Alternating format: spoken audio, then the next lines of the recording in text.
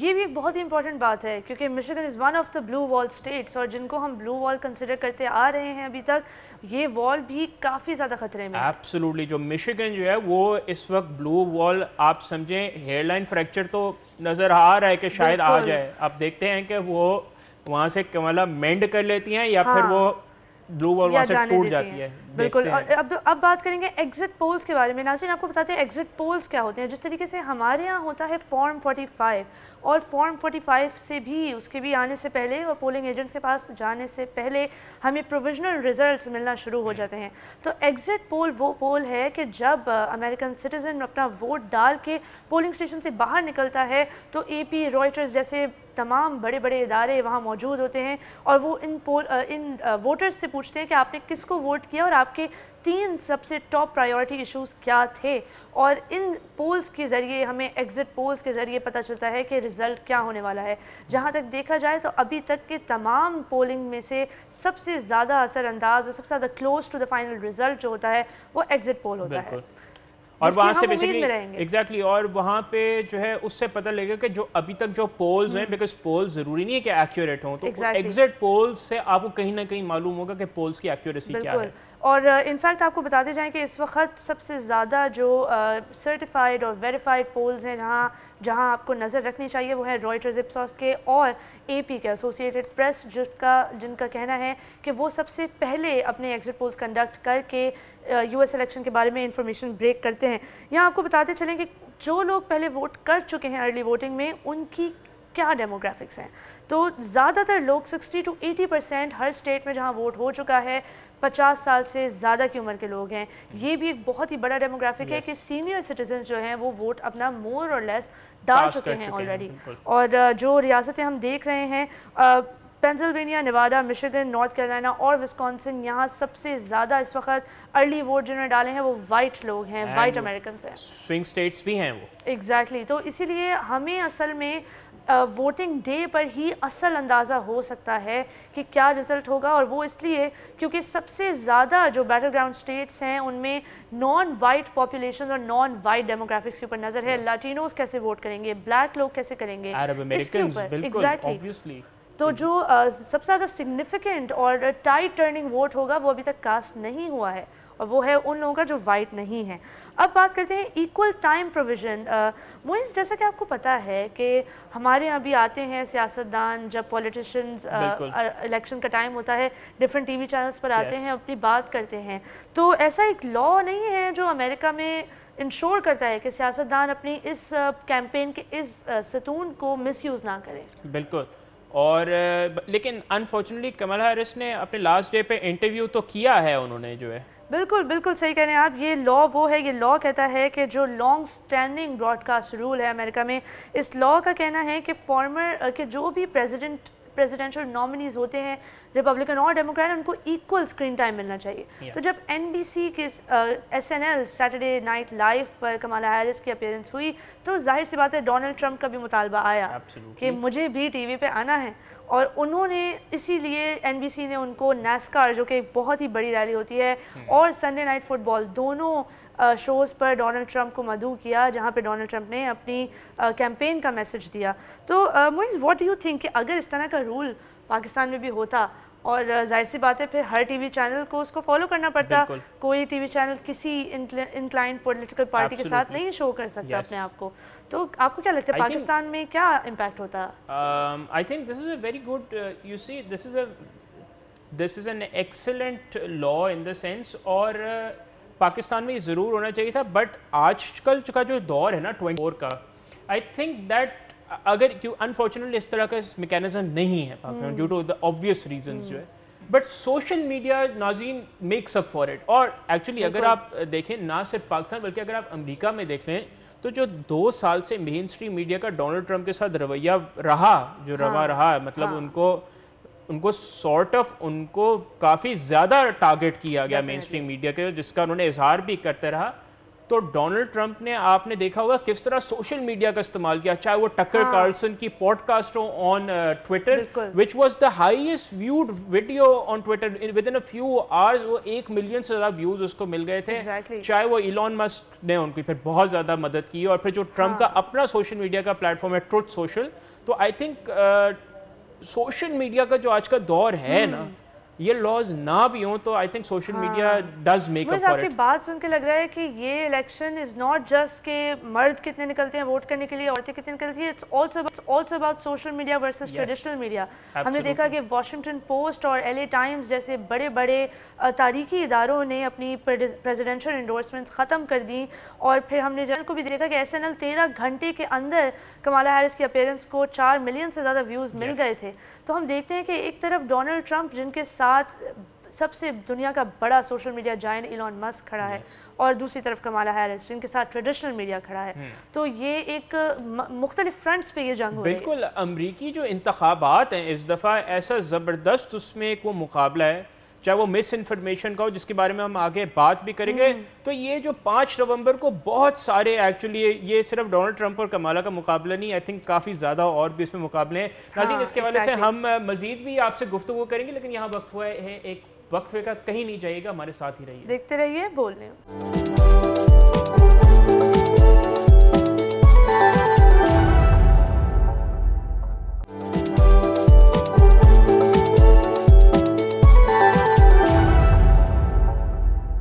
ناظرین, welcome back to front page, and of course we are still talking about the US election, اور ہم اسی کے بارے میں بات کرتے رہیں گے, تو آپ بالکل پریشان نہ ہوں.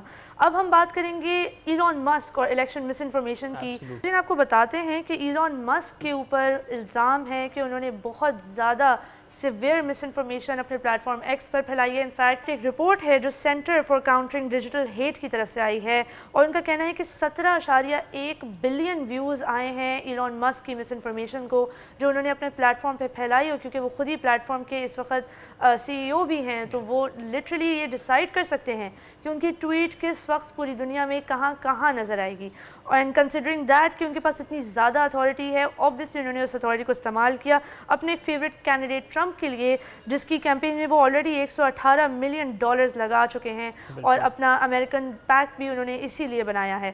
ناظرین, آپ کو بتائیں کہ الیکشن انٹیگریٹی کمیونٹی کے نام سے ایلون مسک ایکس پر اپنی خود کی ایک احتسابی ادارہ بھی قائم کر چکے ہیں کہ جو ٹویٹر احتساب کرے گا US الیکشن کا.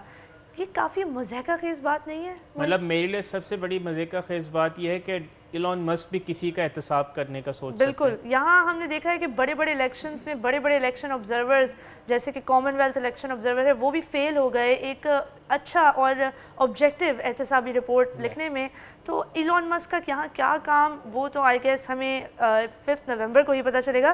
لیکن آپ سے اب بات کریں گے سفیان سلطان سے, جو سوچ فیکٹ چیک کے بانی ہیں. یہ ایک واحد پاکستانی ادارہ ہے جو IFCN سرٹیفائڈ ہے, اور میٹا کے ساتھ direct as third party fact checker کام کرتا ہے. سفیان, thank you so much for joining us today, and the first question I would like to ask you is about election misinformation and the landscape that you see this time in the US election 2024. So can you tell us some of the examples that have stood out for you? Thank you, Ariba. Thank you, Moiz. I think what's more important than the examples of misinformation in the US election is to understand that the idea of fake news or the concept of fake news and misinformation has now become kind of in itself a major issue in the electoral contest. Whereas if you go back maybe 10 years ago or 15 years ago, these terms, misinformation, disinformation, fake news, were actually not that widely used in American politics. Even though, of course, candidates in the past have lied as well about many things. For example, George Bush in the run-up to the Iraq War, and after the Iraq War was launched, obviously peddled a lot of what we would now call misinformation about weapons of mass destruction and other so-called reasons for the invasion of Iraq. If you go back even further to Lyndon Baines Johnson, during the Vietnam War, there was a lot of misinformation which was mainstream in the US about the causes of the Vietnam War and justifications for that war. And then there are many other examples of misinformation, but it was not really called misinformation or fake news until quite recently. And the rise of these terms actually coincides with the rise of Donald Trump, who in the United States is considered to be the politician, leader, presidential candidate, president, who has told more untruths than any other political figure in US history. And that's at least the liberal, progressive, left-wing, democratic narrative about him. Whether that's really true in an objective sense is difficult to measure. But the terms fake news and disinformation, misinformation are intrinsically linked to him and his political rise and his the shadow that he's cast over American politics for the last decade.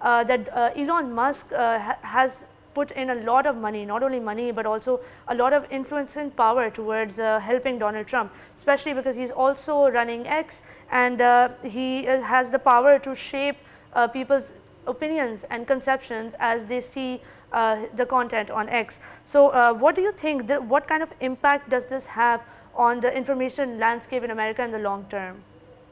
So I think there are a couple of things that first, to just maybe to bridge my previous answer with this one, Donald Trump in this particular election cycle has been accused mostly of lying about immigration, the behavior of immigrants.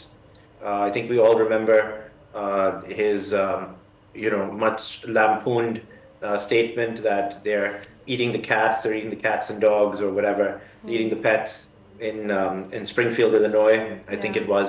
And so a lot of this is about, a lot of the controversy around Donald Trump and misinformation is related to immigration, the numbers of immigrants coming in, how many illegal immigrants are coming in, how many of them are in crime, how many of them were criminals and released from jails, and all of that. Now, a lot of those mistruths are actually being, or a lot of those mistruths, exaggerations, whatever, are actually being repeated by Elon Musk. And Elon Musk has entered the fray in a very big way in the last month or two. He's one of the biggest donors, if not the single largest donor, to Donald Trump's campaign. And he himself is campaigning for Trump in the battleground states. And I think that your viewers should know that in the United States, the majority of states, maybe 42 or 43 states, can very predictably be assigned to one of the two major political parties or the other. And there are only 7, 8, 6 states where the result is really a toss-up. People don't know who's going to win those states. And each year or each election cycle, the result is somewhat different. And again, your viewers may not know this, but most of those states are states where there's a big rural-urban divide, in which the rural areas generally vote for the Republicans and the urban areas generally vote for the Democrats. So basically, these are states with mixed demographics.